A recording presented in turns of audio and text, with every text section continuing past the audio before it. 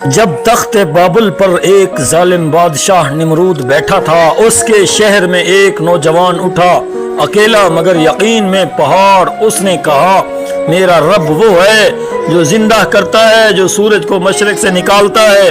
اور پھر تاریخ نے دیکھا، آگ ٹھنڈی ہو گئی، منطق جیت گئی اور توحید کی صدا رہتی دنیا تک گونج اٹھی۔ بسم اللہ الرحمن الرحیم۔ ناظرین کرام، بابل آج کے عراق کا علاقہ جہاں تخت پر نمرود نامی بادشاہ بیٹھا تھا، طاقت کے نشے میں چور، خود کو رب کہلوانے والا، اپنی رعایا کو بتوں کے سامنے سر جھکانے پر مجبور کرنے والا، اسی دور میں اللہ نے ایک روشن چراغ پیدا کیا، حضرت ابراہیم علیہ السلام۔ قرآن کریم کے مطابق آپ کے والد کا نام آزر آتا ہے۔ سورہ الانعام میں شہر بھر میں بت تراشے جاتے، بیچے جاتے، سجے جاتے اور لوگ ان کے سامنے سوالوں کے بجائے پیشانیاں ٹیکتے تھے۔ حضرت ابراہیم علیہ السلام بچپن سے ہی سوال کرتے تھے، یہ بت کیسے معبود ہو سکتے ہیں؟ نہ سنتے ہیں، نہ بولتے ہیں، نہ نفع دے سکتے ہیں، نہ نقصان۔ قرآن ہمیں بتاتا ہے کہ اللہ نے ابراہیم علیہ السلام کو آسمانوں اور زمینوں کی بادشاہت دکھائی۔ انہوں نے ستارے کو دیکھا، غروب ہو گیا، چاند کو دیکھا، وہ بھی ڈوب گیا، سورج نکلا، وہ بھی ڈھل گیا۔ تب فرمایا، میں ان چیزوں سے بیزار ہوں جو ڈوب جاتی ہیں، میں ایک اللہ کی طرف متوجہ ہوں جس نے آسمان و زمین کو پیدا کیا۔ یہ صرف فلسفہ نہیں تھا، یہ عقل کی روشنی تھی جس نے شہر کے اندھیروں کو چیلنج کیا۔ ناظرین کرام، ابراہیم علیہ السلام نے سب سے پہلے گھر سے آغاز کیا۔ باپ آزر سے ادب کے ساتھ کہا، ابا جان، آپ ایسی چیزوں کی عبادت کیوں کرتے ہیں جو نہ سنتی ہیں نہ دیکھتی ہیں؟ قوم سے کہا، کیا تم ان کی پوجا کرتے ہو جنہیں تم نے خود تراشا؟ تمہیں اور تمہارے بتوں کو کیا ہو گیا ہے؟ عقل کہاں ہے؟ دعوت کی بنیاد نرم گفتاری، مضبوط دلیل اور توحید کی خوشبو تھی، لیکن باطل کے کانوں میں یہ آواز کانٹے کی طرح چبھتی تھیں۔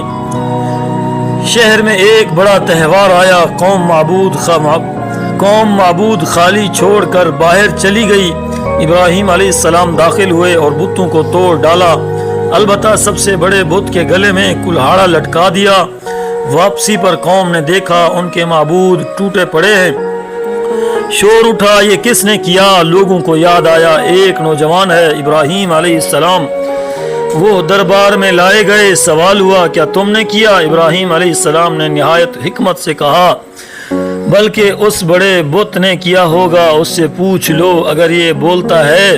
قوم لاجواب، دیواریں گواہ تھیں کہ ان کے معبود بے زبان، بے بس اور بے معنی ہیں۔ باطل نے دلیل کا جواب دلیل سے نہ دیا، ظلم سے دیا۔ حکم ہوا، ابراہیم علیہ السلام کو آگ میں جلا دو۔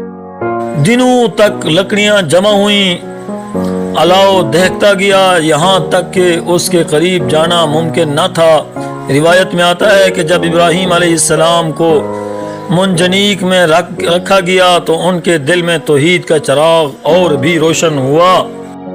حسبی اللہ و نعم الوکیل۔ پھر وہ لمحہ آیا جس نے تاریخ بدل دی۔ ابراہیم علیہ السلام آگ میں پھینک دیے گئے اور رب کائنات نے فرمایا، اے آگ، ابراہیم پر ٹھنڈی اور سلامتی والی بن جا۔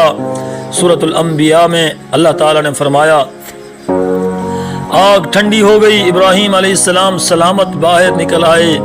دنیا نے دیکھا، طاقتور وہ نہیں جو الاؤ بھڑکائے، طاقتور وہ ہے جو آگ کو فرما بردار کر دے۔ معجزہ دیکھ کر بھی نمرود کا غرور کم نہ ہوا۔ ایک روز مناظرہ ہوا جس کا ذکر قرآن پاک میں آتا ہے۔ نمرود نے کہا، میں بھی زندگی دیتا ہوں اور موت دیتا ہوں، کسی قیدی کو چھوڑ دیا اور کسی کو قتل کر دیا۔ ابراہیم علیہ السلام نے ایک ایسی دلیل دی جو قیامت تک بت پرستی کو لاجواب کرتی رہے گی۔ میرا رب سورج کو مشرق سے نکالتا ہے، تم اسے مغرب سے نکال لاؤ۔ قرآن کہتا ہے، کافر مبہوت رہ گیا، بات ختم، غرور شکست کھا گیا، توحید کی دلیل غالب آ گئی۔ تفاسیر میں ایک مشہور روایت ملتی ہے کہ نمرود کے انجام میں ایک حقیر سا مچھر اس کی ناک کے راستے دماغ تک پہنچا۔ سالہ سال اسے عذاب دیتا رہا یہاں تک کہ وہ ہلاک ہوا۔ یہ روایت تاریخی کتب میں مذکور ہے۔ اہل علم اسے عبرت کے طور پر بیان کرتے ہیں کہ اللہ بڑے سرکشوں کو چھوٹی چیزوں سے بھی توڑ دیتا ہے۔ خلاصہ یہ کہ نمرود کی بادشاہت بکھر گئی اور ابراہیم علیہ السلام کی دعوت قائم رہ گئی، کیونکہ باطل فانی ہے، حق باقی ہے۔ جب شہر والوں نے دشمنی میں حد کر دی تو ابراہیم علیہ السلام نے ہجرت کی اللہ کے حکم پر، اللہ کی رضا کے لیے۔ قرآن کہتا ہے ہم نے ابراہیم اور لوط کو اس زمین کی طرف نجات دی جس میں ہم نے جہانوں کے لیے برکت رکھی۔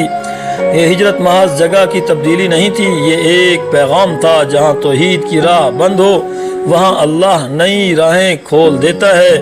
آج کے لیے پیغام توحید سب سے بڑی آزادی ہے۔ جب بندہ اللہ کا ہوتا ہے کسی بت روایت یا منظر، کسی بت روایت یا نظام کے سامنے جھکتا نہیں۔ ابراہیم علیہ السلام نے عقل کو دلیل کے ساتھ ملایا، جذبات کو حکمت سے باندھا، گھر والوں سے بات ادب سے کی، مگر بات اتنی واضح کہ حق چھپ نہ سکے۔ ابراہیم علیہ السلام جوان تھے جب کھڑے ہوئے، آج کے نوجوانوں کے لیے بہترین رول ماڈل۔ اکثریت ہمیشہ حق نہیں ہوتی، دلیل حق ہے۔ آگ جلتی رہی، ایمان ٹھنڈا اور سلامت رہا۔ آخر کار نمرود جیسا بھی ڈھیر ہو جاتا ہے مگر ابراہیمی پیغام زندہ رہتا ہے۔ قومی بزرگ، اے ابراہیم کیا ہمارے معبودوں کے ساتھ یہ تم نے کیا؟ ابراہیم بلکہ اس بڑے نے کیا ہے، پوچھ لو اسے اگر بولتا ہے۔ ہجوم، انہیں جلا دو، آگ میں پھینک دو۔ منجنیق پر ابراہیم حسبی اللہ و نعم الوکیل دل میں پڑھتے رہے۔ اللہ کا حکم، اے آگ ابراہیم پر ٹھنڈی اور سلامتی والی بن جا۔